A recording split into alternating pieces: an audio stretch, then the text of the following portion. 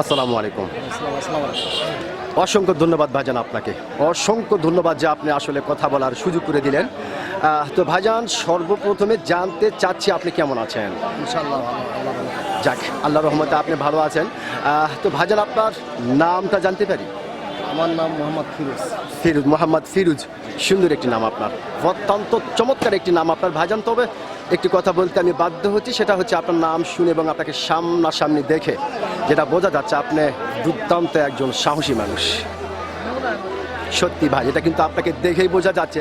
তো ভাইজান, যেহেতু আপনি একজন সচেতন মানুষ এবং একজন সাহসী মানুষ, সেই ক্ষেত্রে এই বিষয়টি আপনার কাছ থেকে জানতে চাচ্ছি যে এখন পর্যন্ত ভারতের জমিনে প্রকাশ্যে দিবালোকে শুধু মুসলমান হবার কারণে তাদেরকে মারধর করা হচ্ছে, এমনকি তাদের টুপি খুলে নিতে বাধ্য করা হচ্ছে। ভাইজান, আপনি একজন সচেতন মানুষ হিসাবে আপনার কাছ থেকে জানতে চাই যে এই যে অমানসিক নির্যাতন এবং অমানবিক বর্বরতা, এই বিষয়ে আপনি কি বলতে চাচ্ছেন? অমানুষের নির্যাতন যারা করে তারা মানুষ না। এবং তারা এও বলতেছে যে ভারতে থাকতে হলে মুসলমান হয়ে থাকা যাবে না। কেন? এটাই তো। মুসলমান হলে প্রকৃত তারা ইসলাম ধর্ম, তারা নামাজ পড়ে, পাঁচ ওয়াক্ত নামাজ পড়ে।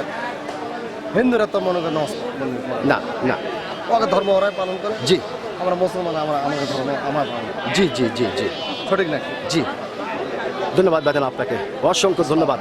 অসংখ্য ধন্যবাদ। আপনি খুব গুরুত্বপূর্ণভাবে একটি কথা বলেছেন। আপনি বলেছেন যে তারা তাদের ধর্ম পালন করুক, আমরা মুসলমানরা মুসলমানদের ধর্ম পালন করুক। ধন্যবাদ ভাইজান, আপনাকে ধন্যবাদ।